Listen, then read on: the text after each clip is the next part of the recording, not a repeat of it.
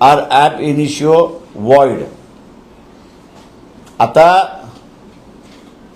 या निर्णयाप्रमाणे सर्वच मराठा समाजाला कुणबी संबोधिता येत नाही। त्याच्या अगोदरच्या पॅराग्राफमध्ये कुणबी ही काही जात नाही, तर कुणबी हा व्यवसाय आहे असं नमूद करण्यात आलेलं आहे। हा निर्णय सुप्रीम कोर्टातही गेला आणि सुप्रीम कोर्टाने सुद्धा शिक्कामोर्तब त्या ठिकाणी मारलेला आहे की सर्वच मराठा हे कुणबी आहेत असं सरसकट त्या ठिकाणी धरता येत नाही। आणि म्हणून जो निर्णय भारतीय जनता पक्षाने GR मार्फत काढला तो मगाशी मी म्हटल्याप्रमाणे गंडवणारा आहे, फसवणारा आहे। त्यांनी राधाकृष्ण विखे पाटील त्यांची समिती होती त्यालाही फसवलंय, गंडवलेलं आहे। जस्टिस शिंदे यांची कमिटी होती त्यालाही त्या ठिकाणी गंडवलेलं, फसवलेलं आहे। जरांगे पाटील आंदोलनात बसले होते, सगळे कार्यकर्ते त्यांना असताना फसवलेलं आहे, गंडवलेलं आहे, अशी असणारी परिस्थिती आहे। जेव्हा सुप्रीम कोर्टाने असं म्हटलेलं आहे की सर्वच मराठ्यांना कुणबी म्हणून आपल्याला संबोधता येत नाही, त्यावेळेस हा GR बेकायदेशीर आहे, कायद्याला धरून नाही, एका इस्टॅब्लिश निर्णयाच्या विरोधात आहे।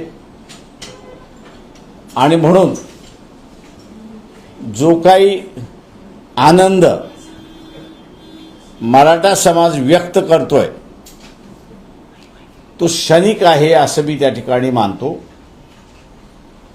कारण हा निर्णय ज्या वेळेस कोर्ट केला जाईल त्या वेळेस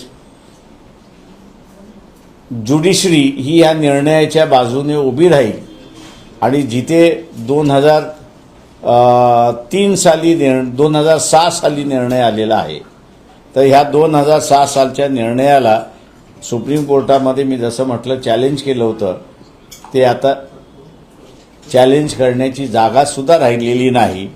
फार तर रिव्ह्यू पिटिशन किंवा क्युरेटिव्ह पिटिशन हे 2 त्या ठिकाणी फक्त टाकता येतात अशी परिस्थिती आहे।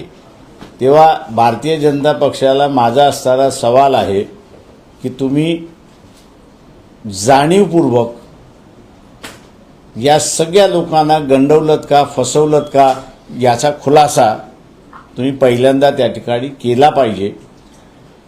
आणि दुसरा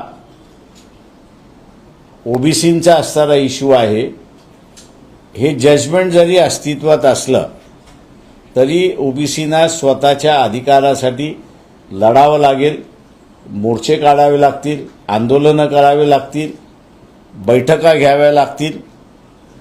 आणि ओबीसीचे जे मंत्री आहेत त्यांनी कॅबिनेटमध्ये कशा रीतीने प्रेशर घालायचं स्थिती आहे। म्हणजे सर, हा जो मोहोळ तुम्ही बोलताय, येणाऱ्या स्थानिक स्वराज्य संस्था निवडणुकीला समोर ठेवून हे सगळं करण्यात आलं असं तुम्हाला पण, कारण त्या पद्धतीने ते दाखले तयार केले जातील आणि पुन्हा ओबीसी मधून आपण उमेदवार होऊ अशा प्रकारे तयार करण्याची फळी तयार केली जाणार आहे।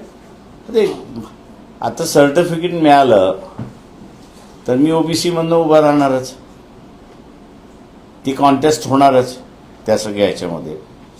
आता या मार्लापार्लेच्या निर्णयाप्रमाणे स्क्रुटिनी कमिटीला जे आहे ते ज्यांच्या रेकॉर्डमध्ये मराठा आहे त्यांना कुणबी सर्टिफिकेट तुम्हाला देता येणारच नाहीये या निर्णयाप्रमाणे। त्याच्यामुळे नुसतं सर्टिफिकेट कॅन्सल होईल एवढं नाही, तर ज्यांनी व्हॅलिडिटी दिलेली आहे त्यांनी कोर्टाच्या निर्णयाला डावलून व्हॅलिडिटी दिलेली आहे म्हणून त्याच्या विरोधात सुद्धा कारवाई होऊ शकते। जे शिंदे समिती होती ज्यांनी सगळ्या नोंदी शोधून काढल्यात आणि हा जो GR निघाला त्याच्यामध्ये पण कुणबी मराठा आणि मराठा कुणबी हे असे याच्यामध्ये जर वंशावळ सापडली तर त्यांना ते दाखले ओबीसीचे दाखले देण्यात यावे असं स्पष्ट लिहिले, तर ते दाखले देण्यात आले तर ते कोर्टाच्या तांत्रिक बाजूने ते व्यवस्थित असतील किंवा ते टिकतील का? मी तुम्हाला असं जे वाचून दाखवलेलं आहे ते जजमेंट असं म्हणतं की सर्व मराठ्यांना कुणबी म्हणून संबोधता येत नाही. कुणबी हा कुणबीच.